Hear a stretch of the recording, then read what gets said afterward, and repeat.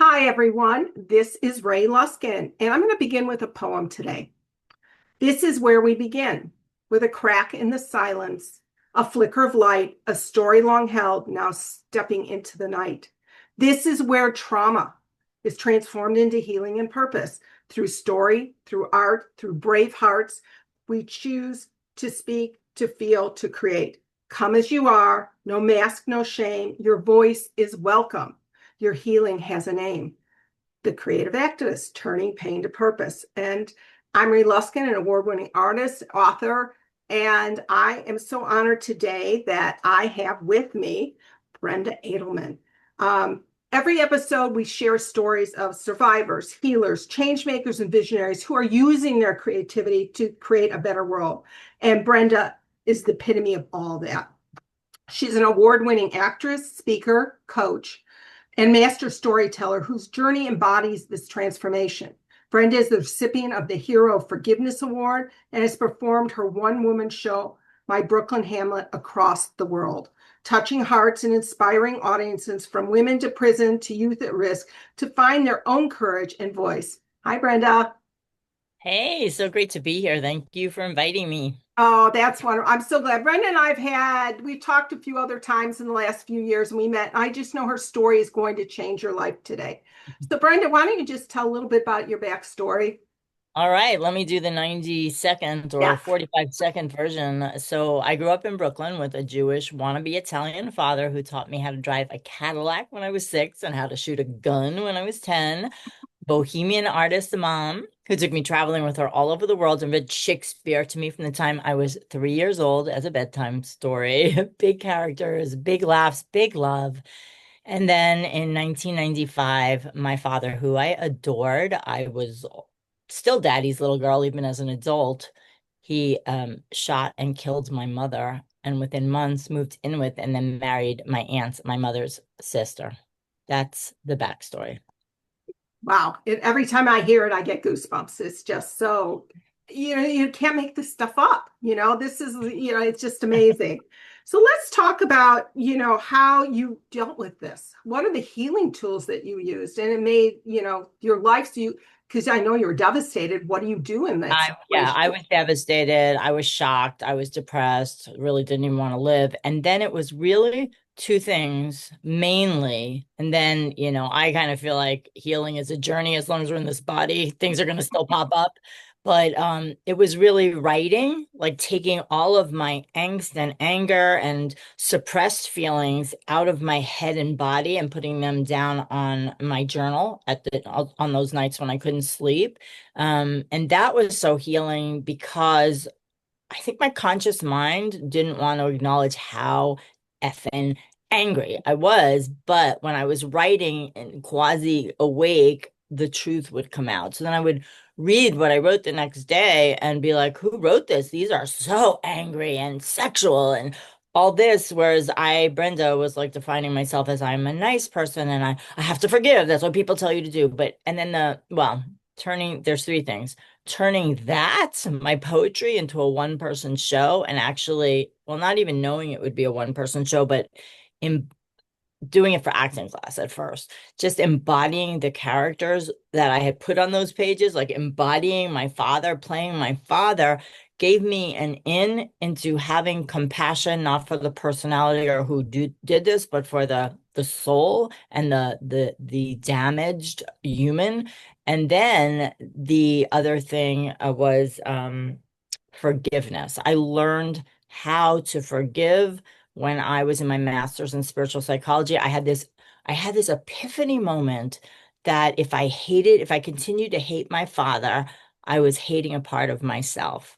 And in that moment, I decided to forgive him. That was the first moment. And then there were times continued that, expanded my forgiveness more. Right. Plus healthy boundaries. I also set very healthy boundaries. I took him to court for wrongful death, but from a place of self-honor versus revenge. I'm gonna get him. Yeah. Yeah. Well, I'm big on journaling. That's one of my practices every day, and you never know what's going to pop up. I do journaling and then I do like a scribble and doodle and then I actually Hmm. answer whatever pops up or address it. And I know today, I mean, it was weird. I did a journaling thing and it turned out to be the Twin Towers. And I'm like, what is going on here? And it's sort of like it Wow. popped up and I said, okay, so I'm supposed to the fragility of life. And it also, it's my yard side of my mother. So it probably is a both, It's what? It's the what? yard side of my mother, Oh. so she died, 10 years ago. So it's, Oh, in Judaism, you celebrate, you say Kaddish and stuff. So I was doing that today. And I think oh, all wow. of that but brought up, how do you honor yourself today? Who are you today, not the past? And that's what we're talking about. How do we do that? And forgiveness, I had a lot of work on that. That was one of those things that I had one metaphysical teacher who said, well, you can start by just addressing your anger before you forgive. And I'm like, because I was scared of my anger and my rage, so it Yeah, was like, that's so important. I did write a book, and what I realized in the three steps of forgiveness was that the reason I had wasn't able to forgive for 6 years, I really was not able to forgive, is because I hadn't addressed my anger. Because otherwise you're just putting that, your affirmations and your loving on top of the crap and that anger underneath. So in step one of my process, you have to get in touch with your anger in a healthy way. right, right. And that's why I brought it up, because I think, too many, you want to do that spiritual bypass. I don't want to be afraid. Exactly. And and Exactly. and that is not a healthy response. You need to address where you've been, what's happened, all those pieces of life. And, and whether it's, I use a bat and I bought this, um, punching bag for my son, but I'd be the one down there, I'd be hitting it, or Oh, yeah, yeah, yeah. all That's really those things. healthy. I did a bataka work. I went to an anger workshop. Yeah, I I did. do I your did. masters. Yeah. Yes, I totally understand. There was a woman with Radex, and so she had a padded room, and I'd go in there every week or so, and she'd say, give me exercises to release the anger. And people don't want to hear about that. They're scared of their anger. They And are scared, and it's very important that it's done where if someone has PTSD or if they really don't understand it, they have someone there. Like an anger workshop I went to was with a woman who was trained in how to hold people who are right, releasing and it. that's what I did, because it was really important. Because otherwise, just being angry, you need that comfort. You also need to know somebody's going to wrap their arms around you afterwards and Exactly, say, exactly, all that. So, exactly. all right. So we've talked about step one. Let's talk about step two in forgiveness. Okay. It's your book. Yeah, yeah. Well, step one, that was actually an exercise in step one. Okay. The step is moving out of denial and into acceptance of what is. So, and in that is where the anger release. So I have different exercises in the different steps. Well, I just took my book out, but anyway, that first step is actually where you're also embracing the victim. This happened to me and this was horrible. I hate this person, or I'm so devastated and mourning. Like, you are a victim to what happened, because if you go into that spiritual bypass, it's still there underneath. It's going to pop up. Someone's going to push your buttons. You're not going to allow enough joy in your life or trust people again. So it really is like embracing the victim, because so many people are like, I don't Mhm. want to be a victim, and then they end up being a victim. And then step two, after you're like, how horrible this is, you go into giving up your need to be right, which people don't like to do. However, giving up that righteousness will make you a happier person. It will stop you from being in your head and being in the past and needing to punish. And so that is a place where you can then find compassion for the person who hurt you or a loved one. And some of the exercise in that stage, one of them, well, first of all, one of the things would be like putting yourself, I have an exercise in the book. It's like putting yourself into the shoes of the person who hurt you. Like, how was it when they grew up? Did Right. they have abuse? What happened? Like, to really answer as them. And that's also, it's always about like having an in.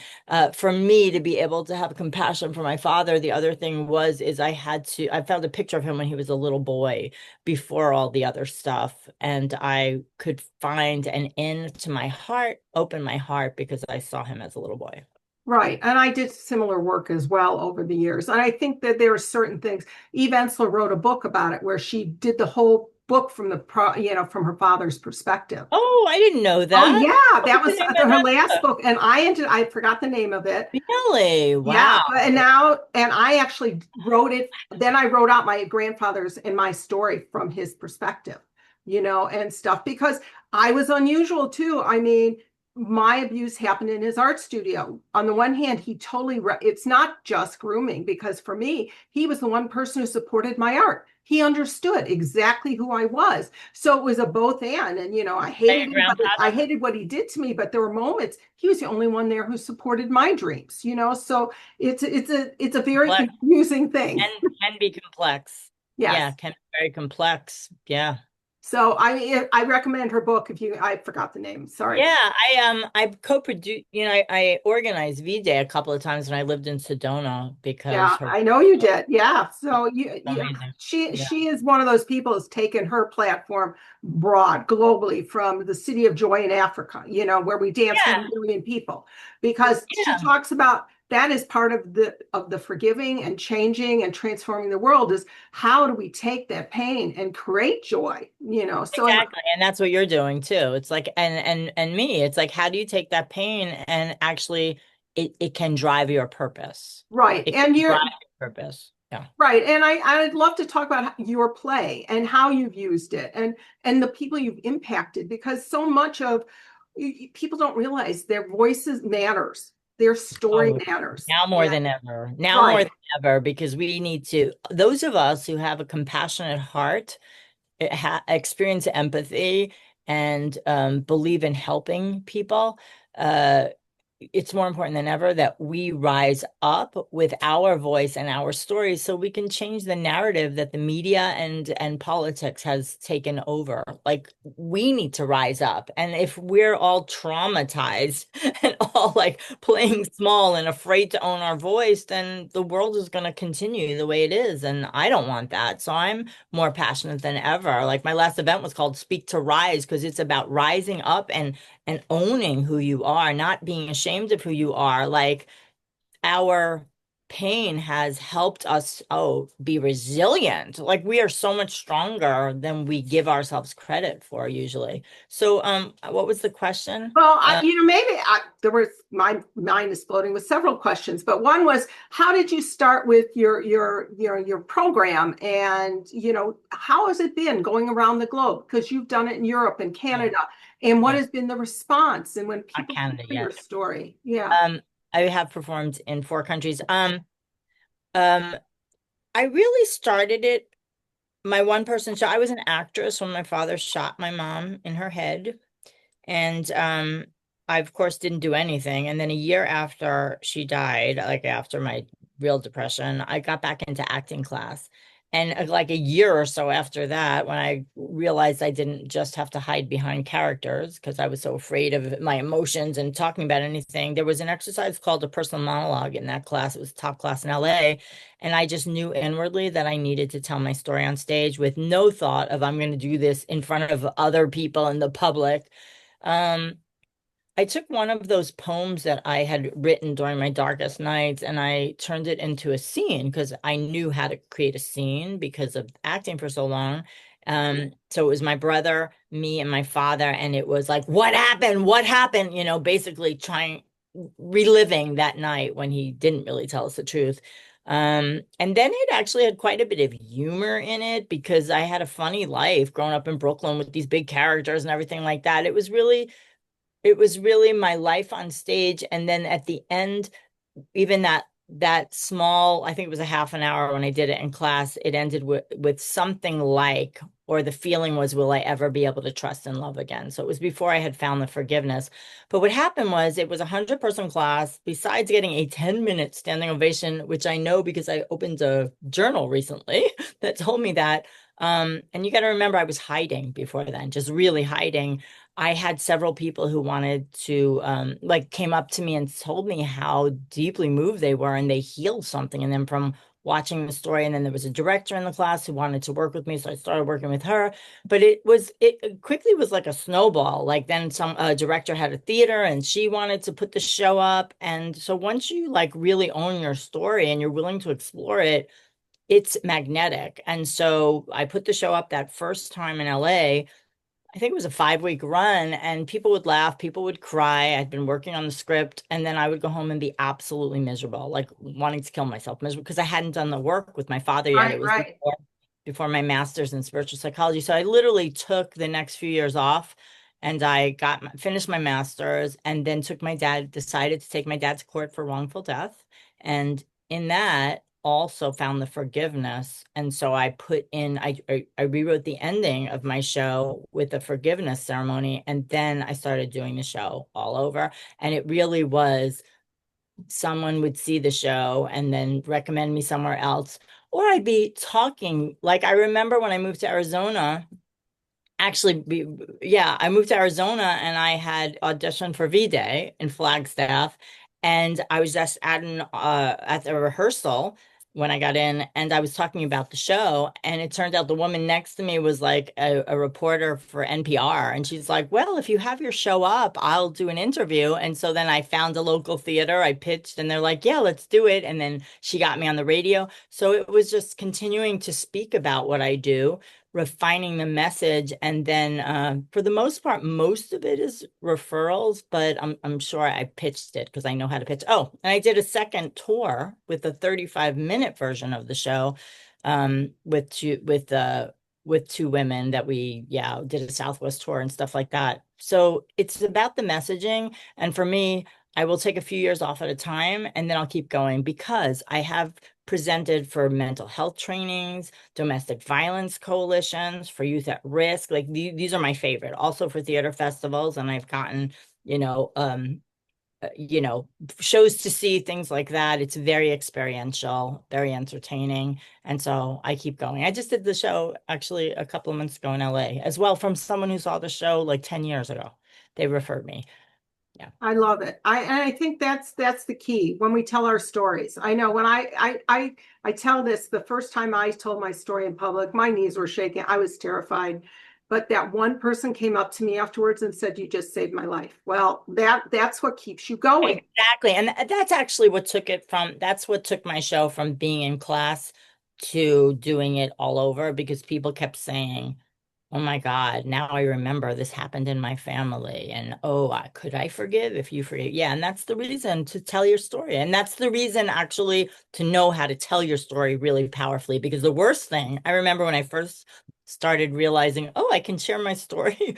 Blah blah blah blah blah blah to Yeah. everybody, and I'm sure people were like, "I don't want to hear this." Like so, like with my clients, I'm like, check in when you Talk know you about your can Soul Lounge program and everything. Why don't you tell people? Because I think people and tell people why they need to tell their story, even if it's only for one person. Because I do believe that for me, it's the power of being a witness as well as having myself witnessed. And if So you, important. Both of yeah, those things are so important. Well, my Soul Story Lounge is a membership I created back in 2022, with the world being in again, such a harrowing place and people feeling so alone. But I wanted to have a place to teach people storytelling techniques for a fairly low amount. But also, I say it's a lounge because I also focused, certainly back then, on the healing aspects of it and how it's hard. And like you said, your knees were shaking, like so were mine. I was so terrified of being judged.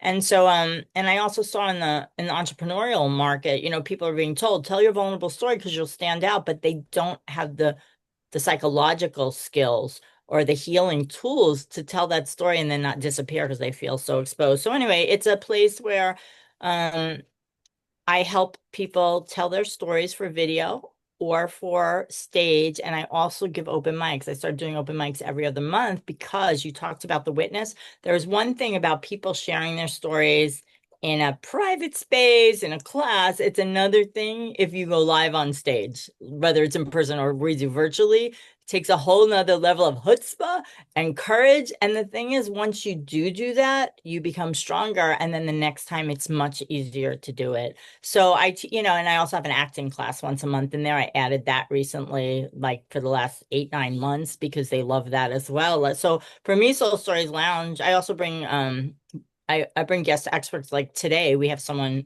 helping people with their websites and stuff like that, because I feel like it's really important to, especially for the business owners in there, to know how to promote themselves. Like it's your story, but it's in the context of a bigger message or your business. So, Right. I love that. and then what was the other question? There was one other question there. I don't know. I don't remember it at the moment. But so what else would you like to share with people about healing? I think that, what is Oh, there was something, shoot, and it just left me again. well, you Um, make me feel better. I have those moments myself. oh, I've got a lot, and I'm just getting my coffee this morning. Um, well, this is the thing I want to share is, well, two things. So the healing part is really important because of the nature of your story and then the nature of my story, because it's so big and dramatic. I am honored that a lot of people who come into my world have had really big stories, even if they've suppressed them. And Hmm. so, but there's a level of, I say that sometimes my heart just completely breaks when I hear it.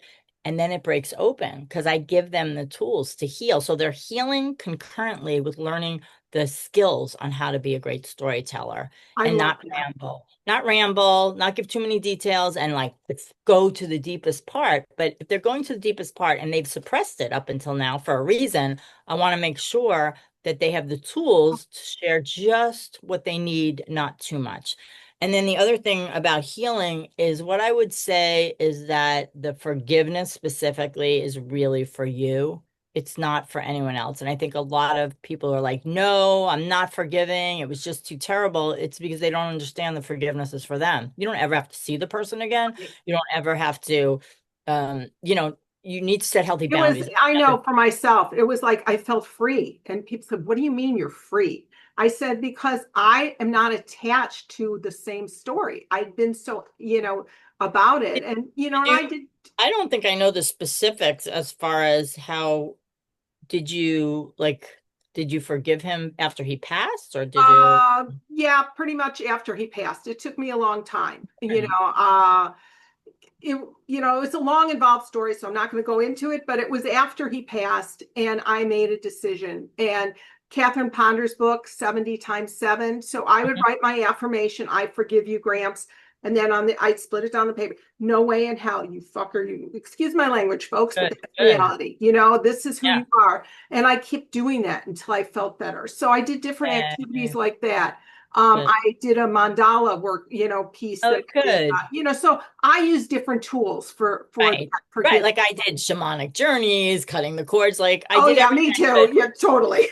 so that's why when people say, "Oh, I've already healed," and you can tell, if you're an empath, you can tell, and it's like, Right. okay, And there is this, or, I call it a spiral of becoming. You don't, and it doesn't always, oh my God, I forgave him today, but then right, you something think, triggers you. so, right? Yeah. You think so until that, in my experience, you think you've done. Like I had an incredible experience on stage back in 2019. I had thought I did all the forgiveness work around my father because I don't have any anger in me. It's calm. And I'm telling, this is what I love about the one person show, because it gives me the opportunity to heal at deeper levels. And I was doing my show in Mexico, but 6 months before or so, during Father's Day, I had gone to a shooting range with a friend and I decided to shoot a gun for the first time since my mom had passed. And I used to shoot guns, and I healed something around it. Right. I took the target sheet home. I did a fire ceremony, Hmm. not knowing that what it did is it released the anger that had still been there, even though I didn't know it. And so when I got on stage at the same moment where I'm like, what happened, Dad? That scene. And I pretty much play it the same, even though I try to stay in the moment. I literally broke down in sobs on the stage, but to the point where it was like I was back there. And if I didn't have, the memory in my body of doing the show so many times and all the healing work from my masters, I would have literally stopped and not been able to go on. But instead, it was all this sadness that was present that the anger had covered. And so I acted through the end of the show, and it was like you could not hear a pin drop. It was so amazing.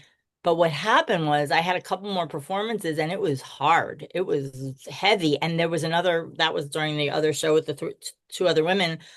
We had a comedian come on afterwards and she didn't get any laughs because it was like so profound. And Yeah. and so so I was like, what can I do? What can I do? And it was so amazing. So even with art, sometimes there's more to do. I looked at my script and I realized that I was telling, not showing, about my experience with God that I had shortly after that. And so what I did instead is I, embodied that moment, and then it lifted everything. And then we were able to, to have the Oh, show. well, yes, I understand. I'm going to short story because I had my own. I walked away from, I was born Jewish and I always consider my spiritual. I had to look beyond my religion because I thought it was this angry God punishing me. Mm. And then I went to a 12-step program and I met a rabbi's wife who said she was angry at God. And I really was, you weren't struck dead, by lightning. Oh, And I wow. went Wow. home and wrote a one ad for God, the God I needed. And that Oh, just changed and opened me up to something oh, else because I do believe in the power beyond ourselves for me healing. I too. think that's a big Yeah. piece of it. So, Wow. That's yeah. beautiful. So, some powerful moments. Thank you for reminding me of that. So, Yay. That's why we yay. talk. That's why we tell stories. That's why we connect. Yeah. Right. Beautiful. Totally. So, I know we're starting to run out of our time together. So, is there anything that you'd like to share? Maybe about the legacy you'd like to leave or some piece of wisdom for people who are listening? Well, I continue to tell my story because it is my legacy and my show is my legacy. I realize that's why I get referrals to do the show and from people who've seen I've been doing it forever. Like, 10 years ago and I get this referral to do a show, or during the pandemic, I had some people who had seen my show 8 years before and then referred me to theaters, and then I was doing, opening up theaters seasons for people, and people tell me they're still thinking about the forgiveness afterwards. And so I think the most important thing for people who want to share their story is about the message. Like, my message is about healing and about the power of forgiveness and how we don't need anything from someone else to heal. As soon as I realized my father does not have to take responsibility, I was free. It was amazing. And also with the way I teach storytelling, I literally played my healing into existence every night on stage when I made the dedication to forgive him and to find myself and to honor myself. So I feel like I am even more on fire about helping more people tell their story, because I can do my story and I love, being able to change people's lives. But what I love about helping other people really nail the message is that then it's the The effect of them. ripple effects. Totally. Yeah, Yeah. they're And helping they're helping other people. So yeah, so I think it's just about, being true to yourself and finding the message. Or that was what you're going to say, because if I'm just telling the events, my father shot and killed my mother, that's not leaving my legacy. What's leaving the legacy is, and I was able to forgive, and this is how you can too. Or this is how you can transform your story from pain into your purpose. That's the legacy. So everyone find your message. Mm. I love it. Thank you so much for sharing your truth, your wisdom, and the light that you carry today. So you are a bright light, and I appreciate that. Your Thank you. story is a reminder that even the most painful chapters of our lives can be transformed. And it could be witnessed by one person, it could be witnessed by, hundreds around the globe. We have opportunities. And I just ask all of you who have been struggling, this may be a tool for your personal healing. Reach out to Brenda. She's a wonderful teacher, and I think it will make a difference to all of you. And I want to just take a moment to just say, keep turning your pain into purpose. That's the role I am doing. I've been having the same message. I was looking back on older things. I've had the same message for, 15 years and beyond that, because I used to have survivor solutions and I had all these things because it's there. This is my purpose. And I don't know if people know this, but I retired a couple years ago, and then I said I can't stop. I have to come back, and it's a new form. I started a Substack. I want to grow a resource center that shares all these tools, practices, people who are visionaries, change maker, healers, survivors, artists, because we create conversations that then can go on change lives in society. So thank you, Brenda, so much. I'm so honored that you were here today. Thank Thank you. you.